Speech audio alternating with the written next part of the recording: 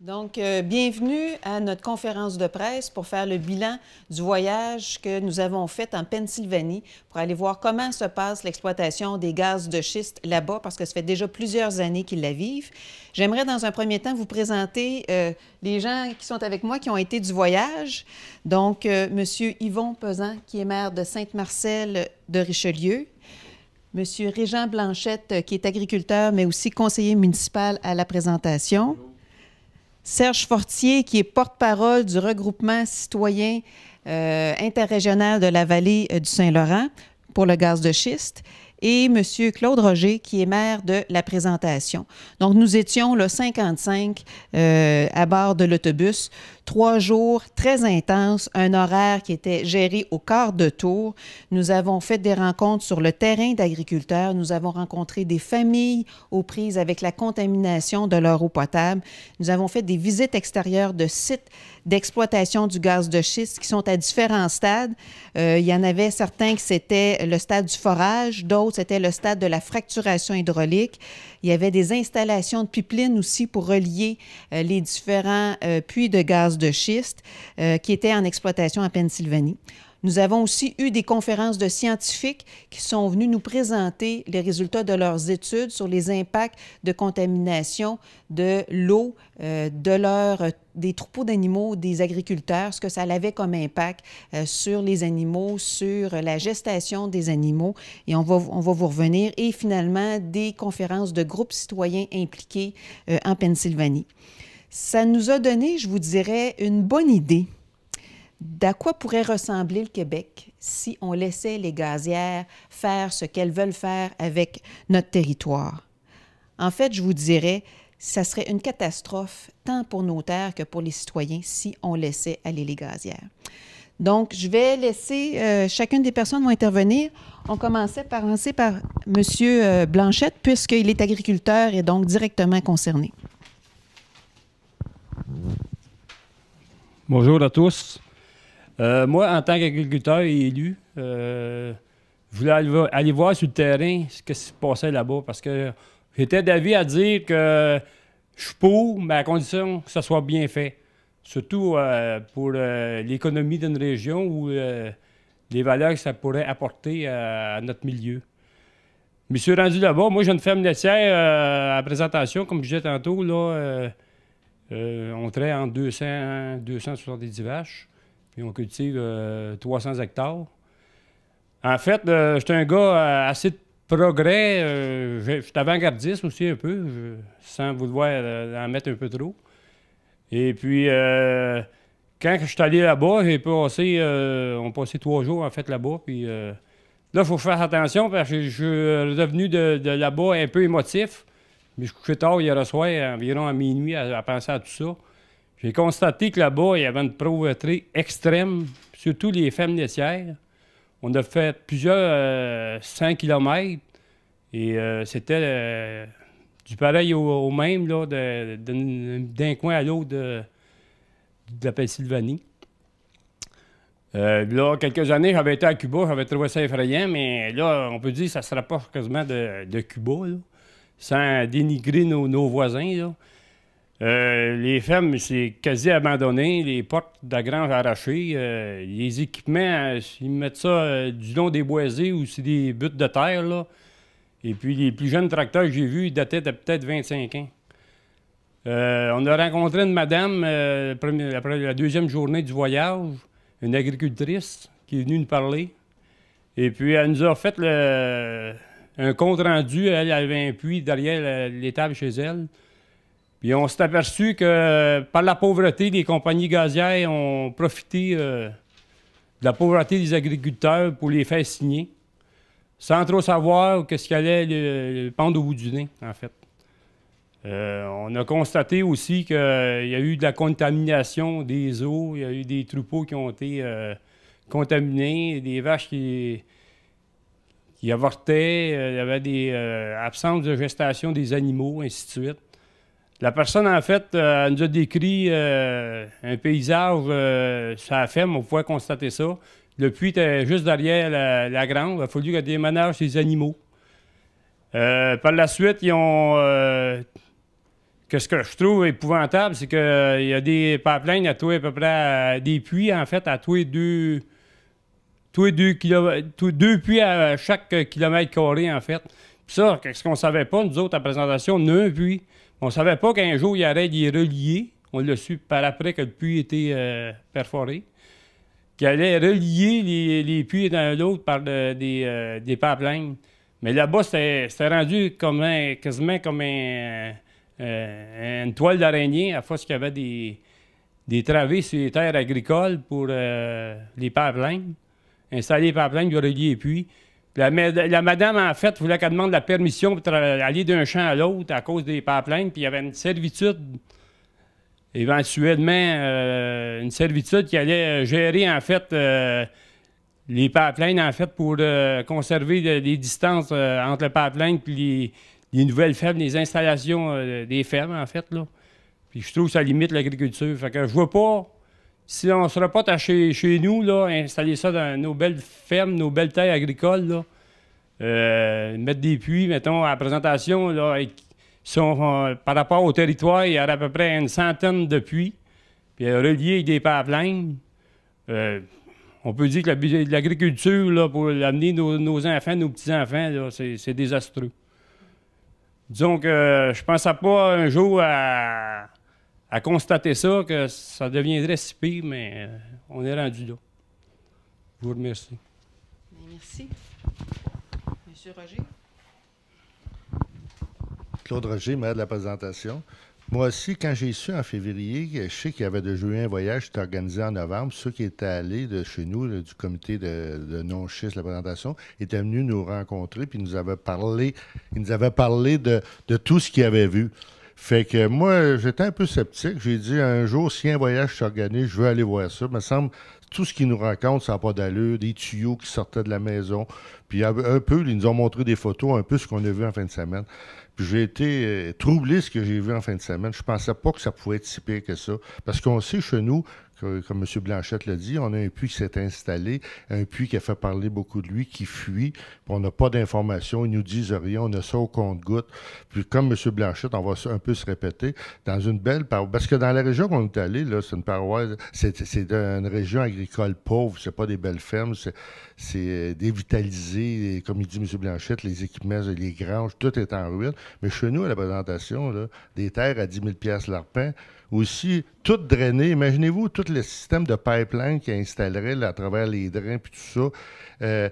Et même les stations de surpression. J'étais couché hier soir, j'ai essayé d'imaginer ce que j'ai vu là-bas. Et de transporter ça à la présentation, dont je connais le territoire par cœur. Puis avec toute la fierté de nos agriculteurs qui sont prospères. La majorité sont prospères. En tout cas, il n'y a personne qui laisse voir qu'ils ne le sont pas, malgré tous les problèmes qu'il y a dans l'agriculture. Mais non, moi, je veux dire, c'est pas facile. Là. Nous autres, moi, dans mon conseil, j'ai des élus qui sont pour ça, qui n'ont pas voulu signer là, les lettres. Là. On a 2, 3, ils ont dit non, on ne signe pas ça, nous autres. Là. Ça va amener à la prospérité puis tout ça.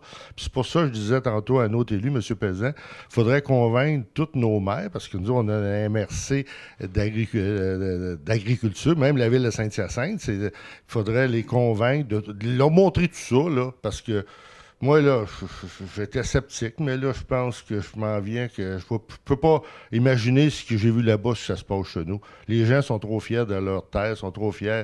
Même nous autres, on a un quartier résidentiel, des maisons de grande valeur. Là, les maisons, c'est la dépression. Il y a un petit couple qu'on a vu, là, je ne me rappelle pas du nom de la ville, là, qui avait acheté une maison, qui avait payé 110 000 $. Là, son puits est pollué. Il ne peut plus s'en servir. Il y a une tank de plastique à côté de la maison pour l'eau. Il y a des jeunes enfants. Moi, je ne m'imaginais pas, quand mes enfants étaient jeunes, d'avoir vécu ça, Il faut le voir pour le croire. C'est ça que je peux vous dire. Fait que là-dessus, je vous remercie.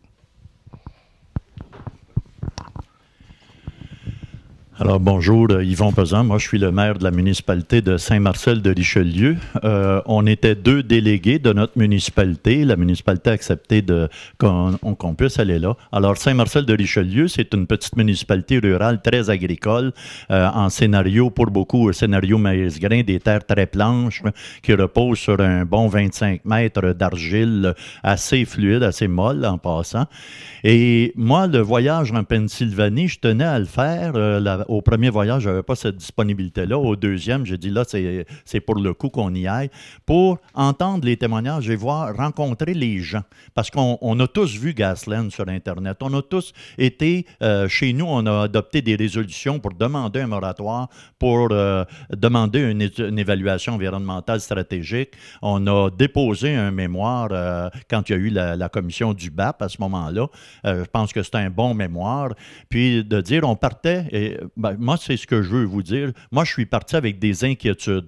On se disait dans la municipalité, on ne veut pas empêcher le développement de quelque chose qui pourrait être intéressant pour la création d'emplois et la génération de richesses collectives en général, autant pour nos gens que pour tout le monde qui pourrait se retrouver autour. S'il y a une ressource naturelle qui est intéressante à exploiter, sauf que ce qu'on disait aux gens, et autant à l'industrie gazière et au gouvernement du Québec, on ne veut pas que ça se fasse au détriment de notre population, de notre agriculture et de notre environnement. Et ça, c'est clairement exprimé dans nos résolutions. On a fait part de nos interrogations, de nos préoccupations, de nos interrogations, puis de nos recommandations dans ce mémoire-là. Et quand je vous disais, moi, je suis parti avec des inquiétudes, mais je suis revenu avec des certitudes. Ce modèle de développement-là n'est pas pour la vallée du Saint-Laurent. Ça, c'est clair, net, simple et précis. D'ailleurs, je me demande, ce modèle de développement-là n'est pas pour nulle part au monde. Ce que nous avons vu, moi, je suis revenu ému et fâché aussi. Fâché de voir qu'un gouvernement nous a embarqués là-dedans.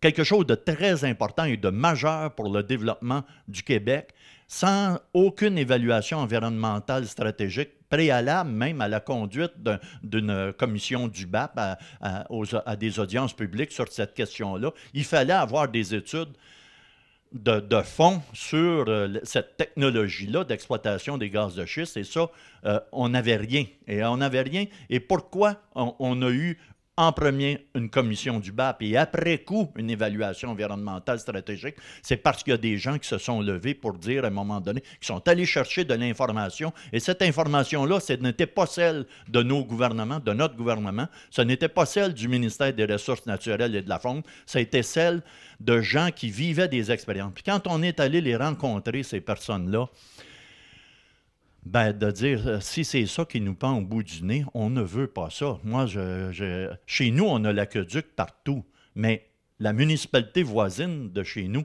s'approvisionne à même les nappes aquifères. Et si ça pose des problèmes comme ceux dont on a été témoin, parce que ces gens-là vivent des expériences qui sont cruelles, moi, d'aller chercher de l'eau pour s'abreuver, pour préparer la nourriture et pour se laver, à ses propres frais en passant, là, ça n'a aucune espèce de bon sens. Et si ce n'était que ça, je ne veux pas reprendre tout ce que les autres ont dit. On a parlé de mortalité dans les troupeaux, de l'avortement des vaches et compagnie, puis des trucs comme ça. Ça dépasse l'entendement. Et ça, ces témoignages-là nous ont été faits par des producteurs et des productrices agricoles, mais également par des chercheurs scientifiques, donc des gens qui ont des grandes compétences dans des domaines de vétérinaire, dans les domaines de la santé humaine aussi. Et si c'est ça, et un des beaux témoignages qu'on a eu de Mme Applegate, c'est que tout ça se traduit aussi en bout de piste dans notre alimentation. Alors, si c'est l'avenir qu'on se réserve, aussi bien s'en passer. Alors, en gros, là, alors c'est sûr que l'industrie, on leur avait dit. Ah oui, il faut dire une chose aussi, c'est que l'industrie est venue chez nous pour nous faire part de son projet d'avoir un puits d'exploration sur notre territoire, et on leur a fait savoir que tant et aussi longtemps que ça se passerait comme ça, you're not welcome at home, parce qu'il fallait leur parler en anglais en passant. Alors, c'est sûr que nous, le message est clair, et on leur réitère ça de manière récurrente aussi pour que ça sache pour tout le monde.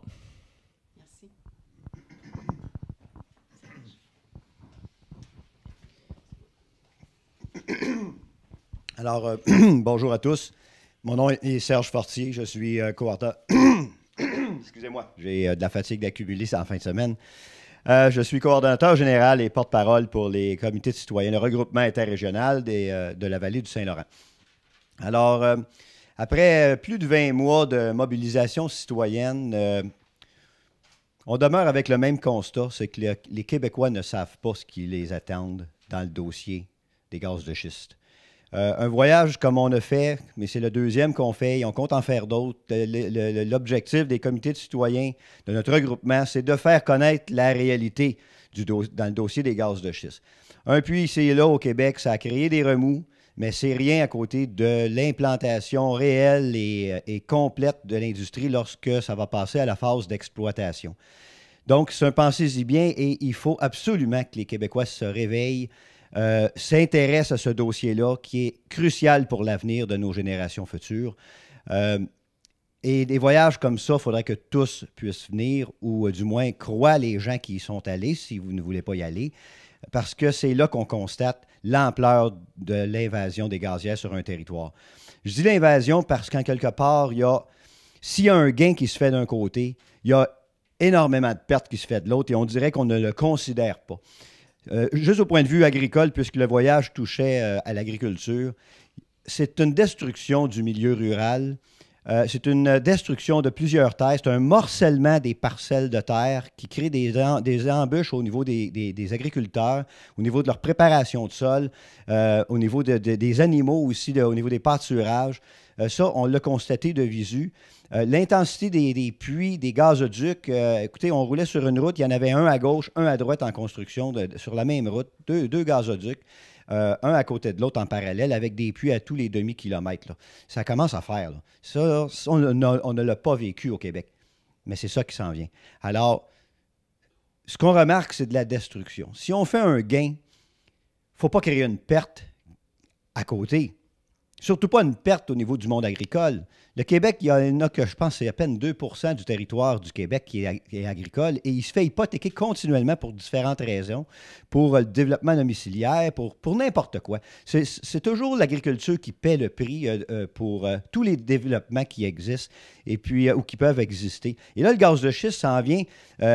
On parle de peut-être un 3 à 4 % du territoire agricole qui risque d'être hypothéqué à cause de l'industrie gazière s'il s'installe.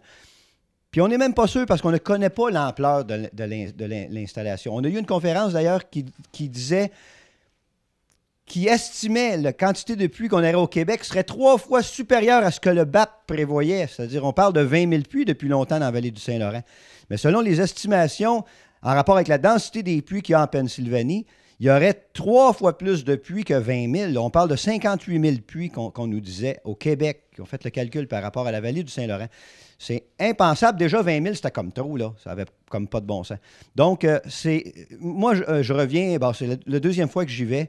Je reviens toujours aussi convaincu que ce n'est pas un développement intelligent, que ce n'est pas un développement durable, qu'on va hypothéquer énormément d'économies au Québec, l'économie agricole, puis l'économie touristique. Puis l'économie agricole, au fait, c'est une chose, mais avant l'économie agricole, il y a le fait que c'est le grenier du Québec, puis là, les Québécois ont besoin de manger aussi.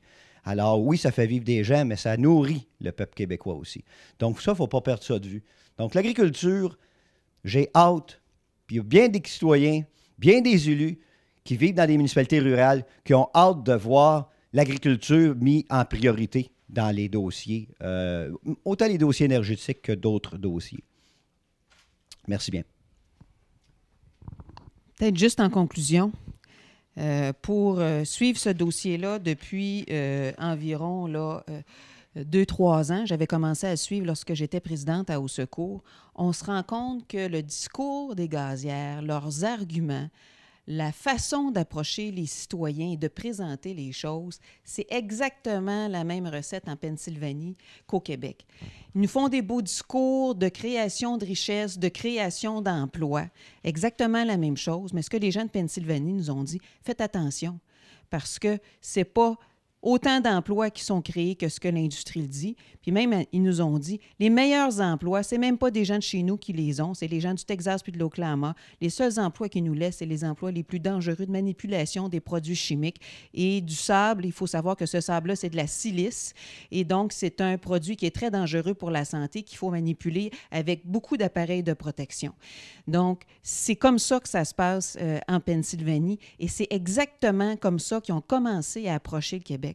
Fait qu'il faut être extrêmement vigilant parce que quand on regarde les conséquences sur le terrain, au niveau de l'agriculture, il y a une dame chez qui on est allé, une agricultrice, qui a eu un blowout. Un blowout, c'est une espèce de sortie comme un geyser de l'eau de fracturation avec le méthane, puis tout contaminé par, eux autres, c'est le shale de Marcellus, donc tous les contaminants du shale de Marcellus.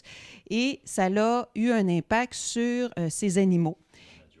De la radioactivité, parce qu'eux autres, leur chair a de la radioactivité, sur ses animaux, sur son troupeau. Et à ce moment-là, elle est obligée de le mettre en quarantaine. Elle a reçu 1 000 $ de la compagnie gazière, puis elle nous a dit que ça lui a coûté 40 000 $ cette quarantaine-là. Et au niveau, c'est un élevage pour abattage qu'elle avait. Donc, au niveau de la gestation, il y avait 8 veaux mort-nés sur 11. Elle n'avait jamais vu ça. Ils ne sont pas capables de faire le lien de cause à effet, mais la corrélation là, est quand même très, très, très, très grande et la compagnie gazière ne veut prendre aucune responsabilité. Donc, problème de contamination de l'eau. Ce qu'ils nous ont dit aussi, moi, je n'étais pas complètement consciente de ça. J'avais qu'il y a des problèmes de contamination de l'air, mais c'est pire que je pensais. Ils ont des périodes de smog, donc l'ozone basse altitude, pire dans certaines communautés de Pennsylvanie qu'à Los Angeles. Donc ça, c'est des problèmes au niveau de tous les problèmes de santé. Au Texas, ils nous disaient que 25 % des enfants ont des problèmes d'asthme. Ils pensent que c'est relié à l'exploitation du gaz de schiste, comparativement à une moyenne nationale de 8 %. Donc, problème de santé. Et finalement, ce qu'on constate, c'est qu'aussi les gens se sont fait avoir. Et le conseil d'une agricultrice, elle nous a dit, moi, puis là, on voyait qu'elle avait des engagements de confidentialité et avec les gazières. Elle dit, moi, je n'ai rien à dire contre les gazières. Je veux juste vous prévenir pour que vous n'ayez pas la même naïveté que moi et que vous vous informiez avant d'accepter des choses sur votre terrain. Elle dit, si je peux vous donner un conseil, avant de signer un contrat, prenez un avocat. Ça veut tout dire. Elle, c'est sa ferme qu'elle est en train de perdre, c'est son futur, c'est aussi pour ses enfants parce qu'elle a une relève agricole. Et là, il y a un risque de contamination très important de ses terres agricoles. Donc, ça vous donne une petite idée de ce que ressemble l'exploitation des gaz de schiste en Pennsylvanie. Et si vous avez des questions, bien, ça va nous faire plaisir. J'en ai un. Vous avez dit que, bon, en Pennsylvanie, les gens ont accepté de laisser entrer les gazières dans leur village parce qu'ils étaient pris au dépourvu. C'était pas des terres très riches. Dans le fond, peut-être qu'une solution à cette situation-là serait en sorte que le territoire agricole au Québec soit mieux valorisé. Je serais curieux d'entendre Mme Ouellette savoir comment son parti, s'il prend le pouvoir, aimerait ça pouvoir rendre le territoire agricole plus attrayant pour faire baisser la tentation de signer avec ces gazières-là. En fait, moi, je vais vous parler de gaz de schiste. Je pense que lorsque les agriculteurs vont avoir connaissance des impacts sur l'eau, sur l'air, je vous dirais aussi de l'ensemble des cicatrices qu'il va y avoir sur leur terre, parce que ce que nous disait une agricultrice, c'est que finalement, son bétail, maintenant, avait accès à seulement 30 % de sa terre parce qu'il ne pouvait pas traverser les pipelines. Donc, ça fait toute une différence, là. Ça fait vraiment une terre avec plein de cicatrices. C'est ce qu'on appelait la toile d'araignée, là. Donc, je pense que lorsqu'ils vont avoir connaissance de ce que ça veut dire l'industrie du gaz de schiste, ils vont se rendre compte que vraiment, ce n'est pas une industrie qui va apporter de la richesse, mais c'est une industrie qui va appauvrir le territoire québécois. Est-ce qu'on peut apporter une alternative pour mettre en valeur le territoire agricole, pour pas que ça devienne une tentation? La mutualisation. Moi, je pense qu'il peut y avoir des projets Puis, mais je ne suis pas responsable du dossier de l'agriculture là, pour le Parti québécois, mais très clairement, on va travailler avec les agriculteurs pour valoriser les produits québécois. Je pense qu'il y a des créneaux, il faut les faire connaître et ça, c'est très clair que pour nous, c'est important, là, ce qu'on appelle l'autonomie alimentaire. Mais je ne sais pas s'il y a des gens qui voudraient parler, qui sont plus proches de... Si je peux me permettre rapidement, là, ce qu'on a vu en Pennsylvanie, c'est des régions très, très montagneuses, très fortement collineuses, ou en tout cas à un relief très accidenté, très boisé, où les puits de gaz de schiste sont souvent en retrait des principaux axes routiers et des aires de développement urbain et compagnie. Donc, c'est dans les collines, c'est souvent de l'autre côté où on retrouve la plateforme qui fait moi j'en ai mesuré une facilement 100 mètres par 200 mètres, là, puis la dernière qu'on est allé voir, qui devait faire certainement un 150 mètres par 250 mètres, où il y avait 4 torchères et compagnie. Ça, c'est la réalité de la Pennsylvanie. Chez nous, les terres sont très planches. Et il n'y a à peu près pas d'arbres des kilomètres à la ronde ou des trucs comme ça. Donc, s'il y a du développement de cette industrie-là, elle est au vu et au su de tout le monde. Ça, si on parle... que ce soit pour la diversification des activités agricoles, parce que la question que vous posez, c'est de dire, chez nous, on a un scénario maïs-grain, et pour beaucoup, dans un MRC comme la nôtre, qui est celle des Mascoutins, où la culture de maïs-grain occupe beaucoup, beaucoup d'espace. On est dans les meilleures terres agricoles du Québec, à Saint-Marcel-de-Richelieu, plus qu'à la présentation encore, mais ça, eux autres, ils disent le contraire, mais ça les regarde. T'sais. Bon, toujours est-il que... je disais tout à l'heure, on a préparé un mémoire pour le gaz de schiste. On en avait déjà préparé un pour la Commission sur l'avenir de l'agriculture et de l'agroalimentaire. Dans ces milieux-là, je pense qu'il est intéressant et important de réfléchir à la diversification des activités agricoles et de tabler aussi sur la multifonctionnalité des territoires, de dire des espaces ruraux. Il y a des choses aussi qui peuvent se faire en harmonie avec l'agriculture et qu'il pourrait être autorisé aussi par la Commission de protection du territoire agricole pour faire en sorte que des municipalités comme la nôtre puissent se revitaliser. Nous autres, on est une municipalité qui est réputée être dévitalisée et à toutes les fois qu'on l'est, on est réputé l'être de manière récurrente. Parce qu'on n'a pas beaucoup d'emplois, puis chez nous, on avait de l'horticulture maraîchère, elle est disparue de nos lieux parce que les concombres qu'on cultivait et d'autres types de production nous arrivent d'un peu partout à travers le monde. Ça, je pense qu'il faut passer un message aussi à la population québécoise de dire, si on consomme québécois, si on encourage nos choses, c'est, peut-être que l'aliment va coûter un petit peu plus cher, mais peut-être que la richesse collective, elle, va certainement être beaucoup plus là, puis qu'on va... manger des aliments de qualité avec les messages qu'on va passer aux agriculteurs, agricultrices, de dire voilà ce que nous voulons, voilà les types de produits que nous recherchons, et ensuite de ça, s'organiser avec les programmes gouvernementaux et autres pour dire cette diversification-là des activités, elle sera génératrice et d'emplois et de richesse collective. Moi, en tout cas, c'est ma façon de voir les choses. J'avais juste peut-être pour compléter sur la question de monsieur, ce ne sera pas tellement long. Vous savez, actuellement, on vit un combat entre l'industrie gazière, l'énergie et l'agriculture, parce que là, c'est ça l'enjeu. Là. Pour avoir de l'énergie, on va sacrifier le monde agricole. Mais pourquoi ne pourrait-on pas rendre le monde agricole énergétique? Je m'explique. La QLPA, l'Association québécoise de lutte pour la pollution atmosphérique, ont fait des études qui prouvent que si on valorisait les fumiers de ferme, les matières organiques en biométhanisation, on obtiendrait du méthane fait à partir de déchets actuellement agricoles qui permettrait aux fermes d'être autosuffisantes en énergie, donc qui créerait une économie au niveau de la ferme même, qui n'hypothèquerait pas la ferme parce qu'en quelque part, on l'exproprierait ou on la briserait, et fournirait aux besoins énergétiques du Québec à 80 80 des besoins en gaz du Québec pourraient être fournis de cette manière-là. Tous les déchets domestiques aussi, là, les restants de table, etc. Mais ça, on dirait qu'on ne veut pas, le gouvernement ne veut pas aller vers cette option-là qui permettrait à notre économie régionale ou provinciale d'être vivante, d'être plus même, d'être bonifiée, tout en diminuant les gaz à effet de serre produits par des fumiers ou des matières en décomposition anaérobique et augmenter la quantité d'énergie qu'on a de besoin pour le Québec. Et ça voudrait dire zéro gaz de schiste, zéro problème à venir. OK, maintenant, peut-être, je ne sais pas qui va répondre, mais vous parlez beaucoup d'agriculteurs, vous parlez des municipalités, de la conscientisation des gens, dans le fond, de la population en général, les cultivateurs, les producteurs, tout ça. Est-ce que vraiment vous croyez à ce que les gens vont réaliser qu'il y a un danger au niveau du gaz de schiste? Est-ce que vraiment la concertation peut se faire?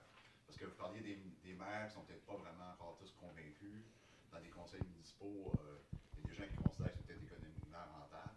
Les producteurs agricoles, il y a peut-être certains qui considèrent que c'est peut-être une bonne avenue malgré tout. Mais est-ce que vraiment ce voyage-là peut permettre d'amener une sensibilisation accrue? Est-ce que ça prend plus que ça pour aller plus loin là-dedans?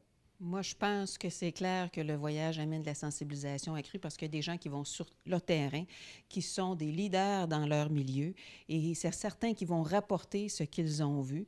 Et c'est ce que nous faisons aussi aujourd'hui. C'est clair que ça va avoir de l'impact, mais tout le travail qui est fait par les comités de citoyens qui se sont impliqués, moi, j'ai vu une mobilisation extraordinaire au Québec sur ce dossier-là. Les gens ont décidé d'utiliser leur pouvoir citoyen, parce qu'on en a un.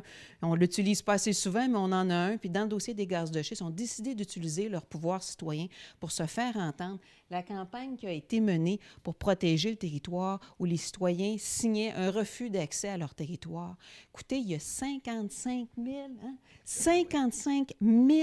lettres de citoyens qui ont été signées pour signifier aux gazières qu'ils refusaient l'accès à leurs terres au niveau des gazières. C'est une action extraordinaire sur le territoire. Et là, à ce moment-ci, j'aurais le goût de vous présenter le 22 avril à 2 heures.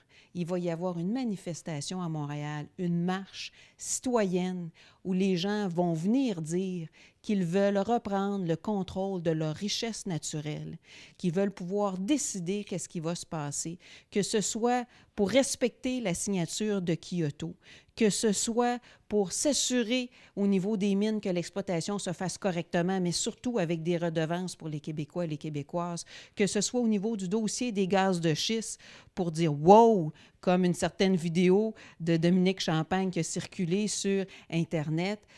Tous ces dossiers-là, très clairement, les gens, puis on invite la population du Québec à venir avec nous autres. C'est une invitation, je vous dirais, des 55 personnes présentes dans l'autobus à venir marcher avec nous dans les rues de Montréal. On pense et on espère que ça va être un événement historique au Québec pour qu'on se dise ensemble comment on veut développer le Québec. Et ce qu'on veut, c'est un Québec vert. OK. Je reviens à ma question des municipalités. Au Québec, est-ce que les municipalités sont prêtes à faire front commun là-dedans? Est-ce que certaines sont vraiment concernées et considèrent que c'est important? Je vous l'ai dit tantôt. Je vous l'ai dit tantôt, il y a encore beaucoup d'ouvrages à faire. Puis des voyages comme il s'est fait, il faudrait qu'il y en ait d'autres faits, surtout pour moi, je suis concerné par les élus. Parce que je vous le disais, même dans mon conseil, il y a des agriculteurs qui n'ont pas voulu signer puis sont convaincus que ça va être bon pour le Québec. Et c'est là qu'il faut les convaincre, les emmener. Parce que moi, j'étais déjà convaincu que c'était pas trop bon parce que j'avais beaucoup eu d'informations. Mais là, après ce voyage-là, comme je vous l'ai dit, je me répète, je transportais ce que j'ai vu là-bas chez nous, là, puis je voyais pas ça. C'était la fin de la présentation de cette belle paroisse agricole parsemée de tuyaux. Même, il y a une chose qui n'est pas dit, même pour sauver du transport d'eau, là, ils installent des tanks sur le haut des montagnes, puis ils installent des tuyaux temporaires là, un peu partout qui passent dans la municipalité pour apporter l'eau pour faire la fracturation. Juste chez nous, on a fait les égouts pendant 6 mois de temps, là, puis le village était tout à l'envers, puis les gens avaient hâte que ça finisse. Imaginez-vous de voir ça pendant 20 ans. Là, non. Vous avez vu des choses qui étaient pires que vous pensiez voir? Oui, c'est ça. Moi, j'ai vu des choses que je ne pensais pas voir. Là. Puis je pense qu'il fallait en organiser d'autres. Vous expliquer que les gens ne comprennent pas ou pensent que c'est pas si pire que ça. Parce qu'ils ne sont pas informés. Ils ne sont pas informés. Ils ne sont pas informés. C'est juste. Le gouvernement joue au secret. Milieu informé, vous êtes dans oui, mais. Une municipalité, vous avez quand même de l'information, mais pour vous, c'était pas si mais nous autres, là, on vient, puis qu'il y a une fuite, puis on reçoit de l'information au compte-gouttes. Savez-vous ça que chez nous, là, quand la première compagnie a débarqué, Cambrian, là, pour installer un puits, on n'était même pas avisé qu'ils avaient vendu les claims chez nous, qu'il y avait 3 compagnies qui viennent débarquer à un moment donné. On l'a su quand ils ont arrivé à la municipalité. Ils ont dit, hey, ils ont cogné à la porte, ils ont dit, hey, on vient faire un puits de gaz de schiste, nous autres, chez vous. C'est quoi ça, là? Là, j'ai dit à la directrice générale, j'ai même fait des reproches. J'ai dit, madame, il y a quelque chose que vous ne m'avez pas dit, là. Il y a personne vous a avisé, là, la municipalité, qu'on aurait quelqu'un qui n'était pas agressé. Le premier, on s'est informé, on a demandé à notre avocate si on pouvait faire de quoi. Elle a dit non, la loi sur les mines n'avait pas un mot à dire. Ça, c'était en janvier 2009. Ils sont installés, ils nous ont pas dit qu'ils charriaient du sable, de l'eau dans les reins partout, les produits chimiques. En décembre 2009, j'arrive au bureau municipal pour signer des chèques. La directrice générale jase avec un monsieur qui est à côté sur le comptoir. Elle me dit, M. Roger, ça c'est une autre compagnie, le Molopo d'Australie, qui veut débarquer faire un puits. Je peux vous dire que ce matin-là, je n'étais pas trop, comme on dit, je sais pas, d'équerre. Comme on veut dire, j'ai pété un peu les plombs, là. J'ai dit, comment ils vont en débarquer, de gars comme ça, là, après l'autre, sans savoir qu'ils ont installé des puits? Ça n'a pas d'allure. Puis c'est là, tranquillement, pas vite, que moi, je pensais que ça n'avait pas... De plus en plus, je pense que ça n'a pas d'allure, puis là, j'en suis plus convaincu. Peut-être si ça se ferait dans le Grand Nord, qu'il n'y a pas de monde, si c'est là qu'il se regarde, peut-être ça pourrait se faire. Mais dans la région de la vallée du Saint-Laurent, les plus belles terres agricoles, la région la plus peuplée, je l'ai dit déjà au mois de mars l'année passée quand j'ai eu des entrevues, on n'a pas besoin de ça dans notre région. OK? C'est clair. Peut-être. Avant même qu'on parte à mes représentations au conseil de la MRC, c'était de dire il faut que les élus municipaux viennent et participent à des voyages comme ça.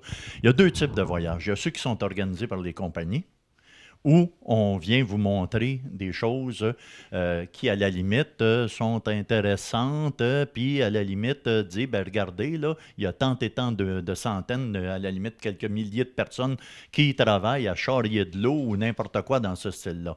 On disait, je me disais, les compagnies, c'est ce qu'on s'est fait dire en Pennsylvanie, parce que les chemins étaient tout défoncés, il y a des compagnies qui se sont engagées à faire la réparation des chemins publics.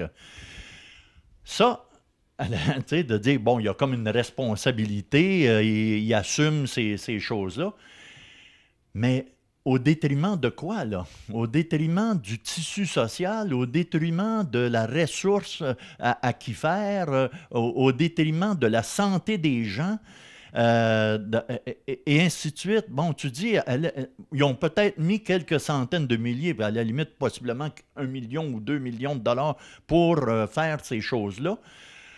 Et en termes de profit, peut-être qu'ils sont allés en chercher plusieurs dizaines de millions de dollars pour compenser à la facture, puis de trucs comme ça.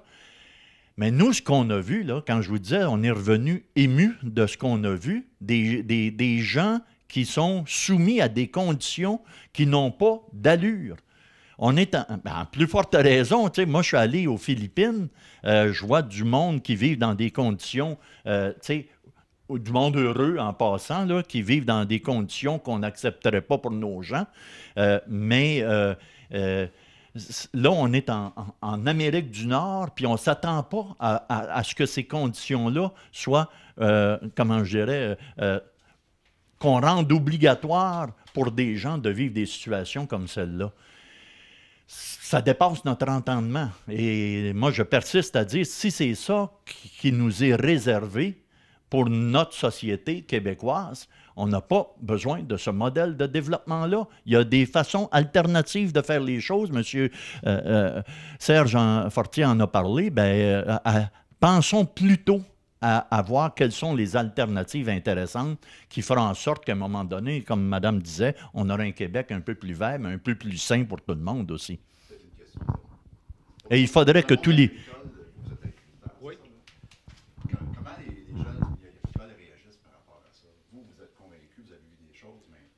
De l'intérieur, est-ce que qu'est-ce que les gens disent? Non, mais je peux parler en tant que... S'ils peuvent vendre leur terre. Non, personne n'est informé. On vit dans l'ignorance totale. Moi-même, j'étais au conseil municipal, comme M. Roger disait tantôt, là. On avait ça au compte-gouttes. Puis, à quelque part, j'y croyais, me disait, oui, l'économie, puis tout ça, puis les ressources naturelles, il faut exploiter, puis tout ça. Mais tant aussi longtemps que je n'ai pas été là-bas, là, je suis revenu vraiment bouleversé.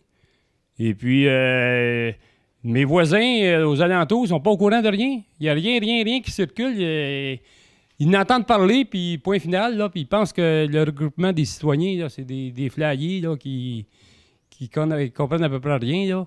Mais c'est pas ça pendant tout, là. Quand tu vois sur le terrain, là, tout ce qui se passe, là, éventuellement, on pourrait agrandir des tables, il va y avoir un pipeline qui va passer derrière les tables.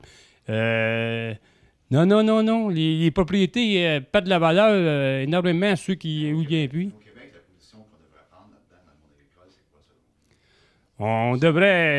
On devrait s'opposer complètement à ça. De quelle façon? Faire comprendre à nos gouvernements que ça n'a aucun sens, là. Non, je comprends, mais je parle au niveau des producteurs eux-mêmes. Ah, les producteurs, mais on a beaucoup à faire, là.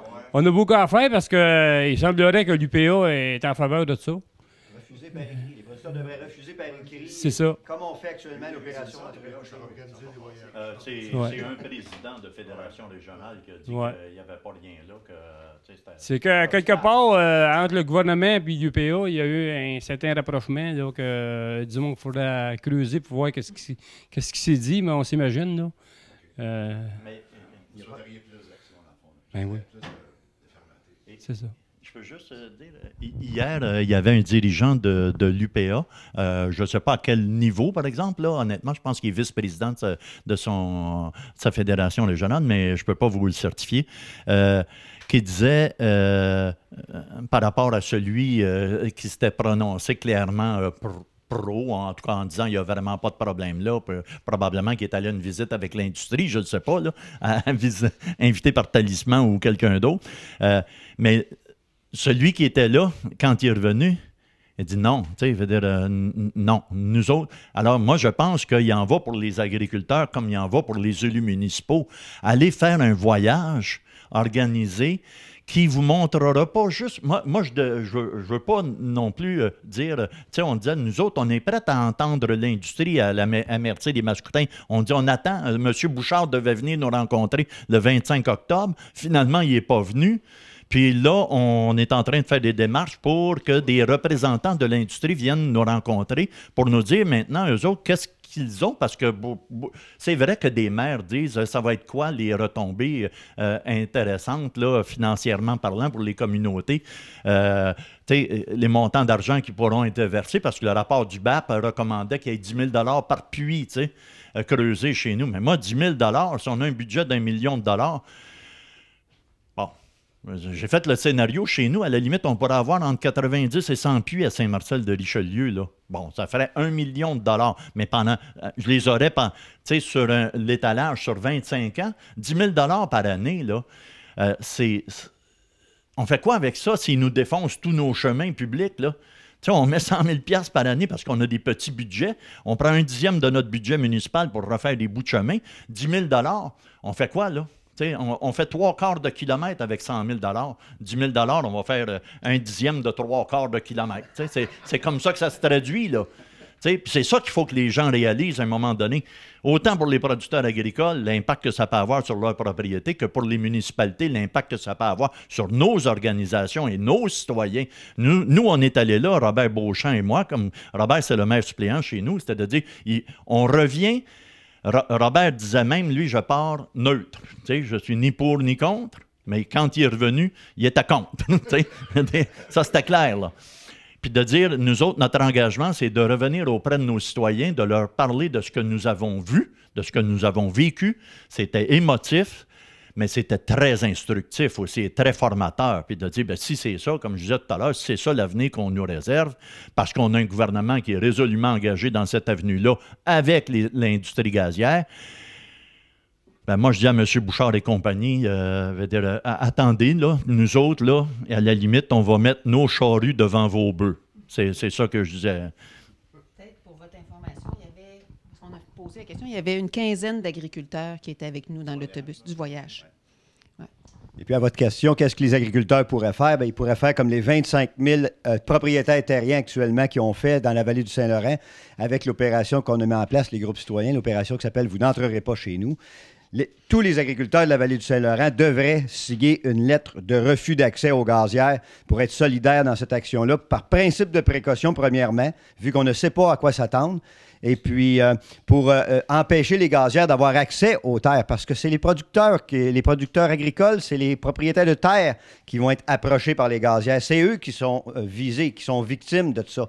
Ils sont victimes des non-dits des gazières. On l'a vu là-bas en Pennsylvanie, on l'a vu au Québec, les gens qui ont déjà signé des ententes. Ils se sont pas tout fait dire la vérité sur les contrats. Alors, par principe de précaution, c'est de dire non. Puis il faut le faire de façon claire et nette, il faut le faire par écrit. Puis on a les preuves que ça a fonctionné. Parce qu'à Saint-Camille, il y a une quarantaine de propriétaires terriens qui ont empêché une industrie minière de faire des tests sismiques dans cette paroisse-là. Ils ont dû aller ailleurs, où ils auraient pu procéder par expropriation. Mais le gouvernement ne veut pas exproprier la vallée du Saint-Laurent dans le cas du gaz de schiste. C'est évident qu'à quelque part, il ne pourra pas opter pour cette option-là que la loi des mines leur donne droit. Là. Donc, c'est l'acceptabilité sociale qu'ils veulent avoir. Ils vont prendre tous les moyens possibles, autant le gouvernement que l'industrie, pour avoir l'acceptabilité sociale. Et nous, citoyens, propriétaires terriens, propriétaires agricoles, la seule manière de contrer ce dossier-là, de se protéger notre économie, protéger nos générations futures, protéger notre eau, c'est de prouver la non-acceptabilité sociale par écrit. Alors, il faut rencontrer tous les citoyens, tous les propriétaires agricoles pour leur faire signer cette entente-là. Vous avez commencé à faire ça, quoi? Bien, ça fait 1 an qu'on fait ça. Mais, on continue, pardon. Actuellement, il y a au moins 25 000 propriétaires terriens sur les 55 000 personnes dans la vallée du Saint-Laurent qui ont signé. 25 000 propriétaires terriens. Pas nécessairement, ça peut être quelqu'un qui a un boisé. Okay. Je veux dire, quelqu'un reste à Montréal, il va à la chasse, t'acheter une terre, à la présentation, quoi, qu'il n'y a pas bien des boisés dans ton coin. Là. Mais dans mon coin, par exemple, il y en a beaucoup. Bon, il n'y a pas de chevreuil. Mais c'est ça, tu sais, je veux dire, quelqu'un qui, comme ça, par manque d'information, un propriétaire qui est à Montréal, qui se fait approcher par une gazière qui veut s'implanter sur sa terre à bois qui est à 50 000 de chez eux, il voit un beau montant d'argent, il dit, coudonc, let's go. Ah ouais, il n'est pas au courant de ce qui va se passer là-bas. Mais ceux qui restent à côté de la terre à bois, les propriétaires agricoles, ceux qui s'abreuvent de la nappe phréatique là-bas, c'est eux qui vont être dans la M. M pour misère. Mais à moins que vous vouliez utiliser l'autre mot, commence par M aussi, c'est bon. Je pense que le débat, je dis ça comme ça, il y a eu des discussions là-dessus. Les producteurs, je pense qu'ils craignaient de dire non de façon systématique au cas où il y aurait une production qui se ferait éventuellement, qui pourrait être compensée s'ils perdaient la bataille finalement. C'est peut-être ça l'enjeu pour les convaincre. Il en va de même pour les Parce que j'ai bien compris les enjeux. Ouais. C'est pour ça qu'il y a. Ils sont inquiets, mais en même temps, ils se disent si jamais ça se fait l'exploitation, on va être compensé. Mais c'est parce qu'ils ne sont pas au courant des coûts. C'est parce qu'ils ne sont pas au courant des coûts qui sont reliés à ça. Les coûts qui sont reliés à l'exploitation du gaz de schiste, il y en a un prix à payer. Je ne parle pas des coûts, je parle de si jamais ils perdent leur qualité. S'ils perdent leur. C'est une production qui est sur leur terre, Oui, oui. Ils vont forcément avoir des impacts négatifs, mais ils veulent les compenser. Ils ont peur de dire aux gazières on ferme la porte à tout projet. Ben, c'est là où, quand on travaille ensemble, on est plus fort que quand on travaille tout seul. Je pense que c'est conflit est là. Ouais. Puis, mais c'est réellement un manque d'information qu'on se rencontre sur le terrain. Écoute, ça fait 20 mois que je travaille temps plein sur ce dossier-là. Là. Puis je rencontre les propriétaires terriens, les agriculteurs, etc. Et ils ne sont pas au courant.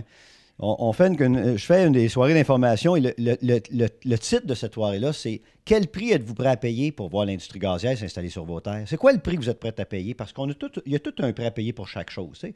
Hydro-Québec, là, quand on a bâti des barrages pour avoir de l'électricité qui est propre, on dit propre et durable, il y a toujours bien eu un prix pareil à payer pour ça. Il a fallu faire inonder des grands territoires, déboiser des grandes lignes pour faire descendre le courant. Ça a été le prêt à payer pour l'hydroélectricité. Mais le gaz de schiste, c'est quoi le prêt à payer? Personne ne nous l'a dit. Le gouvernement ne nous l'a pas dit. Les gaziers ne nous le disent pas. Ils s'en vanteront pas, eux autres, du prix à payer. C'est nous, les citoyens, qui avaient fallu qu'ils se mobilisent pour aller le chercher. Et les voyages en Pennsylvanie, c'est pour justement comprendre le prix qu'il y a à payer. Et à partir du moment où les propriétaires terriens le comprennent, ce prix-là à payer, c'est drôle, dans nos soirées d'information, la majorité des gens, on parle de 90 à 95 % des gens, ils disent « Hey, je ne veux pas payer ce prix-là, moi. Alors, même donné ton formulaire, moi, je signe ça tout de suite. » Aussitôt qu'ils sont informés, là, ils prennent position.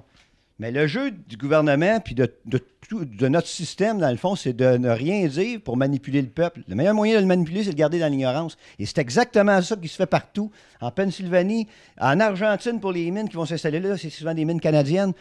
C'est le même jeu qui se fait au niveau mondial. Alors, le gaz de schiste n'y échappe pas. En terminant, le mot de non, la fin. non, ça ne sera pas le mot de la fin, je vais le laisser. Mais un tout petit commentaire. Moi, quand j'ai commencé à faire ma recherche d'informations, je suis allé sur les sites des compagnies gazières qui disaient, finalement, au Québec, ça ne coûte rien pour avoir nos installations et compagnie. C'est relatif, vous me direz. Mais après ça, et en plus de ça, c'est que quand nos puits seront fermés selon les règles édictées par le ministère des Ressources naturelles et très peu de la faune, comme je dis tout le temps, à ce moment-là, nous ne serons plus responsables. Ça va être l'appareil d'État gouvernemental qui va se tenir responsable si jamais il y a des problèmes. Un coup que le puits est fermé, nous autres, on s'en lave les mains. Ben ça, il faut dire aux gazières, puis ça, c'est ce qu'on leur a dit, nous autres, quand ils sont venus nous rencontrer chez nous. Je veux dire, vous allez nous garantir à un moment donné que si jamais il y a des problèmes qui se créent chez nous, à ce moment-là, vous allez être tenu responsable. C'est ce qu'on dit au gouvernement du Québec aussi. Vous allez être tenu responsable. Et nous, quand on est revenu du voyage, chose qu'on n'avait pas pensé à faire, je veux dire, on va prendre des mesures. On va prendre des mesures sur la radioactivité. On va prendre des mesures sur la qualité de notre air, sur la qualité de notre eau. On va prendre des mesures avant qu'ils arrivent chez nous. Parce que si jamais le gouvernement persiste et signe à dire qu'on va faire ça pour toutes sortes de considérations parce qu'ils ont accordé des claims et compagnie, bien, si après coup, on se ramasse avec des problèmes, au moins, ce qu'on n'aura pas vu, nous autres, en Pennsylvanie, ils n'avaient pas pris de mesures avant.